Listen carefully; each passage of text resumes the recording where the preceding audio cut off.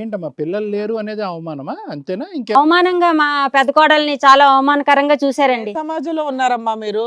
నువ్వేదో సుత్తి ప్రిపేర్ అయ్యి వస్తే మేము వింటామనుకున్నావా ఏంటి? ఎంత వాయిస్ మాట్లాడుతున్నావు తెలుసా? ఆగు, లాస్ట్ లో మాట్లాడతా నీ గురించి. ఎంత సపోర్ట్ చేసుకుంటున్నావు నువ్వు చేసే సపోర్ట్ కాదమ్మా, ఒక ఆడపిల్లని అంత ఎవరు వాళ్ళ అమ్మా నాన్నకి బాధ నీకెందుకమ్మా? ఇప్పుడు వాళ్ళ అమ్మ నాన్న అంటే వాళ్ళ మా అమ్మ అబ్బాయి ఏం రీజన్ చెప్పాడు తెలుసా? ఆ అమ్మాయి కోర్టులకు వెళ్తే మేము ఫైనాన్షియల్ గా సెటిల్మెంట్ చేయాలంటే అందుకని నోరు మూసుకొని సర్దుకున్నాను అని అన్నాడు. నువ్వు వచ్చి సమాజం మీద పడి ఏడుస్తావేంటి? సమాజం మీద అంటే అండి మా కోడల్ని వదిలిపెట్టేస్తాను అంటున్నాడండి. కొడుక్కి అంత నచ్చ చెప్పాను. వదిలిపడేస్తే బెటర్ అమ్మా ఈ దరిద్రం కంటే. ఆ పిల్ల లైఫ్ అమ్మాయి వాళ్ళు ఇంట్లో వాళ్ళు డిసైడ్ చేసుకునేవాళ్ళు. నువ్వెవరో డిసైడ్ చేయడానికి? డిసైడ్ చేశాను కంటే ఇప్పుడు నువ్వు ఆ పాత్రలో ఉంటే నువ్వు చేసేదానివా? నీ మరితో పిల్లని దానివా నువ్వు? అమ్మా ఇది మేము కంటిన్యూగా చేయడానికి అని కాదమ్మా. ఆ పిల్లకి పిల్లలు లేరు అన్నారు. అయితే ఏంటి, ఒకసారి అయితే ఏంటి, చెయ్యొచ్చా? పిల్లలు లేరని అన్నారు. పిల్లలు లేరు. ఒక్క నిమిషం ఆగండి. మీరు ఎంతలా వాదిస్తున్నారంటే అసలు ఈ ఐడియా ఎప్పుడొచ్చింది మీకు? మాకు ఐడియా రాలేదండి. ఆ పిల్లేమో విడాకులు ఇచ్చేస్తామంటే బాధపడి ఆ పిల్లేమో ఉరేసుకొని చచ్చిపోతాను అన్నదండి మా ఇంట్లో. ఆ ఉరేసుకొని చచ్చిపోతానంటే ఏటమ్మా ఇది అంటే, అత్తయ్య అమ్మ తర్వాత అత్తయ్య నువ్వేను, ఇంకా నేను చచ్చిపోతాను, నా బ్రతికేందుకు పక్క విడాకులు ఇచ్చేస్తాను అంటున్నారు, చేయిస్తాం అంటున్నారు, ఇంకా నేను చచ్చిపోతాను అత్తయ్య అంటే ఏటమ్మా ఇది, పిల్లలు లేనందుకు చచ్చిపోతావా? 10 సంవత్సరాలు బట్టి ఎన్ని అవమానాలు ఎదురవుతున్నాయి నీకు, దానికి లేదుగా లేదు ఇప్పుడు చచ్చిపోతాను అంటే వేటమ్మా అని చెప్పేసి అంత నచ్చ చెప్పాను. పెద్ద అబ్బాయి పర్మిషన్ తీసుకున్నావా? మా పెద్ద అబ్బాయి పర్మిషన్ కాదు, వీళ్ళందరికీ ఆ అమ్మాయిని నచ్చ చెప్పడానికి నాకు చాలా రోజులు పట్టింది. ఆమెకు చేయి కోసేసుకుంది, చచ్చిపోవాలని ఆ పిల్ల. వాళ్ళ భర్తతో చెప్పడానికి ఏంటమ్మా సమస్య? వాళ్ళ భర్త ఏమో పిల్లలు లేరని అవమానాలు ఎదురుపడండి, అతనేమో కాదమ్మా నువ్వు ఒక పెద్ద ట్విస్ట్ తీసుకొచ్చావు కదా. అరే నేను ఒక దేవత అవతారం ఎత్తుతున్నాను రా, ఆ అమ్మాయికి ప్రెగ్నెన్సీ తెప్పిస్తాను, నేనే ఓ పెద్ద డాక్టర్ని అవుతున్నాను, వీడితో పంపించి పడుకోబెడతాను అని ఈ అబ్బాయిని అడిగావు. మీ పెద్ద అబ్బాయిని అడిగావా? ఆ అమ్మాయిని అడిగావా? నీ చిన్న కోడల్ని అడిగావా ఈ దరిద్రం పని చేయడానికి? అమ్మా ఇది ఈ చేయడానికని కదా, మా చిన్న కొడుకు తిరిగిపోతా అని చెప్పేసి ఓరక అనుమానిస్తుంది కానీ ఆవిడ నిజం చేసింది. అయితే అలా కదా, ఇంకో స్టోరీ అది. ఇప్పుడు స్టోరీ కాదండి, అసలు మా పెద్ద అబ్బాయి విడిచిపెట్టేస్తాను అంటున్నాడు. ఆ అమ్మాయిని విడిచిపెట్టి ఇకరా, పిల్లలు లేకపోతేనేమో చిన్నదానికి పిల్లలు లేడా ఏదో రకంగా అంటే డాక్టర్లు ఇంకా ఆడపిల్ల అయితే వంశాంకురు లేరు. అయితే ఇలా నచ్చ చెప్పాను, అంత నచ్చ చెప్పినా వినలేదు. మా చిన్న కోడల్ని తీసుకెళ్ళాను. అమ్మ ఇది మన కుటుంబంకి తగ్గట్టదే, పెద్ద కోడలు అంత మంచిదే, నువ్వు అంత మంచిదానివి, ఏదో చూసి చూడనట్టు పోయి జాగ్రత్తగా వండుకుందామని అంటే ఆ అమ్మాయి వినలేదు. వీళ్ళకి నచ్చ చెప్పానమ్మా, మరి నేనేం చేయను, నా వంశం కోసం నిలబెట్టుకోవడం కోసం నేను వీళ్ళకి నచ్చ చెప్పాను. వంశాన్ని నిలబెట్టుకోవటానికి రకరకాల దారులు ఉన్నాయి, కానీ ఇంట్లోనే ఈ వ్యభిచారం అనేది నడిపించవలసినటువంటి అవసరం లేదు. వంశాలను నిలబెట్టాలంటే ఎలా నిలబెట్టాలనేది మా గోటు వాళ్ళని అడిగితే కనుక మేము రకరకాలు చెప్తూ ఉంటాం. అర్థమైందా? ఏ అడాప్షన్ పోతే ఏమైందమ్మా? ఆ అమ్మాయి ప్రాణాలు నిలబెట్టాలని ఆలోచన అయిపోయిందండి నాకు. ప్రాణాలు నిలబెట్టావా? అందరు ప్రాణాలు తీసేవా? సిగ్గు లేకుండా మాట్లాడకండి.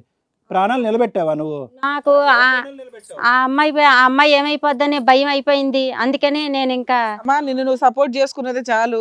చాలా చెత్త రీజన్స్ చెప్తున్నావు నువ్వు. ఇతను ఒప్పుకున్నాడా వెంటనే? మీ కొడుకు రెడీ అమ్మా అన్నాడా, లేదంటే చాలా టైం పట్టింది? లేదండి, చాలా వరకు వాళ్ళకి నచ్చవు ఇలా వంశాంకురులు. అక్కడ అమ్మాయి చూస్తే ఆ అమ్మాయి ఒక పక్క కన్ను, పక్క చూస్తే ఈ అమ్మాయి ఒక పక్క కన్ను. ఏం తమ్ముడు వెంటనే ఒప్పుకున్నావు నువ్వు? టైం పట్టిందా, లేదంటే నువ్వు వెయిట్ చేస్తున్నావు ఆపర్చునిటీ గురించి? ఆపర్చునిటీ ఏం లేదండి. మరి నువ్వు రెడీగా ఉన్నట్టే ఉన్నావు. అక్కడేమొచ్చి మీ బ్రదర్తో మీ అమ్మ చెప్పలేదు, ఎందుకంటే ఆవిడ సూపర్ కాన్ఫిడెంట్, నా కొడుకుని నేను ఒప్పిస్తానని చెప్పి. కొద్దిగా గొప్ప నీ మీదే డౌట్. ఆవిడ 2 పదాలు అనేటప్పటికి నువ్వు రెడీ అయిపోయి ఎప్పుడు అమ్మ శోభనం అని అడిగావు. ఆవిడన్నది నిజమే కదా. సెకండ్ శోభనం అనేటప్పటికి రెడీ అయిపోయావు నువ్వు కదా. మరి నువ్వు ఆల్రెడీ తిరిగిపోతావు అంటే నిజమేనా?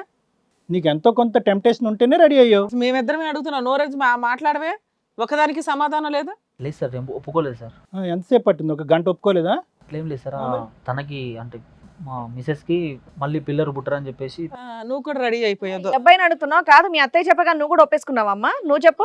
మేడం నేను నాకు చాలా కోపం వచ్చింది. అమ్మ సూసైడ్ అటెంప్ట్ ఎందుకమ్మా? పిల్లలు పుట్టకపోతే సూసైడ్ అటెంప్ట్ చేసుకుంటావా? నువ్వు చేసిన దరిద్రమేగా ఇదంతా. అమ్మ రేప్ చేశాడా? లేదు సార్, నాకు ఫుడ్ లో ఏదో పెట్టారు, నాకు అప్పటి నుండి 6 నెలలు ఫుడ్ లో ఏదో పెట్టారా? ఏదో ఫుడ్ లో పెట్టారు సార్. అప్పటి నుండి నాకు మా ఆయన మీద లేదు, ఆయన మీద. ఈయన మీద మోజు పెరిగిందా? ఫుడ్ లో ఏదో కలిపి పెట్టడం వల్ల మరిది మీద మోజు పెరిగింది. అత్త భర్త వదిలేసిన తర్వాత ఎలా మేడం? అసలు అత్తతో ఎవరో కలిసి ఉంటారు, ఇట్లాంటి అత్తతో దూరంగా ఉండడం ఇంకా బెటర్. మా అత్త బాగానే చూసుకుంటది. ఒక్క కలయిక కాదు సార్, ఒక్కసారితో అయిపోలేగా. పిల్లలు కావాలి అంటే ఒక్కసారితో అయిపోలేగా. నిజంగా అదే మీ ఎజెండా అయితే కంటిన్యూ ఎందుకు అయ్యింది? కంటిన్యూ లేదు సార్. ఇక ప్రెగ్నెన్సీ తర్వాత ఆయనకి నాకు ఏముండదు. మా అత్త కాదు సార్, ఫస్ట్ మందు పెట్టి ఆ అమ్మాయిని కమిట్ చేశారు. అప్పటి నుంచి ఆవిడ మోజంతా ఈయన మీదే ఉంది. 6 months నుంచి నడుస్తుంది. లక్కీగా ఇప్పుడు ప్రెగ్నెన్సీ వచ్చింది. ఇది పరిస్థితి. అమ్మ, మీ అమ్మ నాన్నకు తెలుసా ఈ దుకాణం అంతా? తెలీదు మేడం. మీ ఆయన ద్వారానే ప్రెగ్నెన్సీ వచ్చిందని సంబరాలు చేసుకుంటున్నారా? సమాజాన్ని మోసం చేస్తున్నారా? మీ నలుగురు ఏదో చావచ్చు కదా, ఆ పిల్ల జీవితం ఎందుకు నాశనం చేశారు మధ్యలో? ఇప్పుడు సెన్సేషన్ ఏంటో చెప్పనా సుధా? పుట్టబోయేవాడికి ఏమని చెప్తావు? ఎవరు చెప్తావు ఫాదర్ అని? బాబాయే నాన్న. మా ఆయనే సార్. మా ఆయననే మీ ఆయననే చెప్తావు. సో ఆడిది కూడా ఒక అబద్ధపు జీవితం. చండాలం అమ్మ. అది సార్, విన్నారు కదా వీళ్ళ వర్షన్స్, మీరేమంటారు? ఇప్పుడు ఈమె పవిత్ర గారు, మీరేంటంటేనమ్మా, అయితే ఇదేదో కొత్తగా వచ్చినటువంటి ప్లాన్ లాగా నాకేం అనిపించట్లేదు. ఎందుకంటే ఎక్కడా కూడా మీలో మేడం నేను తప్పు చేశానో, లేదంటే ఇలా కాకుండా ఇంకోటి ఏదన్నా చేయవలసి ఉందో అని చెప్పి ఇప్పటికీ కూడా మీరు చేసినటువంటి పనిని ఎలా సమర్థించుకుంటున్నారంటే, ఒక పనికిరాని సామాజికపరమైనటువంటి ఒక రీజన్ ఏంటది? వంశోద్ధారకుడు కావాలి, వంశోద్ధారకుడు లేకపోతే కనుక అవమానం అవుతుంది అని చెప్పి. బి అంటే మీ డిఫెన్సెస్ చూపెట్టండి. చూడండి ఎంత తెలివితేటలుగా మీ డిఫెన్సెస్ వాడుకుంటున్నారు అనేటటువంటిది. మీరు ఇలా ఉంటే కనుక పిల్లలు ఇలాగే ఉంటారు అనేటటువంటిది ఒక సాంప్రదాయం కాబట్టి చెప్తున్నాను. బి ఏంటంటే కనుక ఆ అమ్మాయి చనిపోతుంది అనేటటువంటి ఉద్దేశంతో నేను దీనికి ఒడిగట్టానని చెప్పి. అంటే ఒక వ్యక్తి చనిపోతుంది అనేటటువంటి భయం, లేదంటే ఒక వ్యక్తి సమాజంలో అవమానం పాలవుతుంది, లేదంటే వాళ్ళిద్దరు పెళ్ళి పెటాకలైపోద్ది అనేటటువంటి భయంతో నేను ఈ దారి చూపెట్టానండి అని అంటున్నాం. అంటే ఇక్కడ ఇద్దరు కోడళ్ళే కదా, ఇద్దరు కోడళ్ళే. ఆ అమ్మాయిని కాపాడటం గురించి మీరు చేసినటువంటి ఈ పనిలో ఈ సీక్రెట్ బయటకు వస్తే కనుక ఈ అమ్మాయి సూసైడ్ చేసుకుంటే మీకు లెక్కలేదా? ఈ అమ్మాయిని వేరే కాపురం పెట్టించేద్దాం అనుకున్నానండి. అమ్మ ఈ ప్లాన్లని కాదు నేను చెప్పేదానికి, ఒక్క నిమిషం ఆలకించండి, తర్వాత సమాధానాలు చెప్పండి. ఈ అమ్మాయి పరిస్థితి ఏంటి? సరేనండి, నా జీవితంలో 2 కోడళ్ళు ఉన్నా కూడా నాకు ఒక్క కోడలే ఇంపార్టెంట్, ఇంకో కోడలు లెక్కలో లేదు. కాబట్టి రేపొద్దున ఆ ప్రెగ్నెన్సీ నీ భర్త వల్లే వచ్చిందనే వార్త శిరీషకి తెలిసినా పర్లేదు, శిరీష నుయ్యో గొయ్యో చూసుకున్నా పర్లేదు, ఒకరు ఎలిమినేట్ అయిపోతారు కాబట్టి నేను సంతోషపడతాను అనేటటువంటి బ్యాక్గ్రౌండ్ ఆలోచన, శిరీషని ఎలిమినేట్ చేయాలనే బ్యాక్గ్రౌండ్ ఆలోచనలో కూడా మీకు ఉందేమో అన్నది నా అభిప్రాయం. లేదండి, ఆ అమ్మాయిని ఇష్టమేనండి. ఇంతకంటే అసహ్యంగా మాట్లాడతాను వినండి. తర్వాత ఏంటంటే పెద్ద కొడుకు, సరే ఈవిడ మీద మీకు పడదు కాబట్టి ఈవిడ ఏదో అల్లరి పెడుతుంది, ఇబ్బంది పెడుతుంది అని చెప్పి ఆ మహానుభావుడు చెప్తున్నాడు, నువ్వు చెప్తున్నావు ఏం అల్లరి పెడుతున్నాడో ఎవరికి అర్థం కావట్లేదు. కానీ తిరిగేటట్టు 100 మందితో తిరిగినటువంటి నీ కొడుక్కి ఈరోజు వదిన మీద కూడా కన్నుపడింది కాబట్టి ఆవిడతో పడుకున్నాడు, అంతే. దొందే మీరందరూని.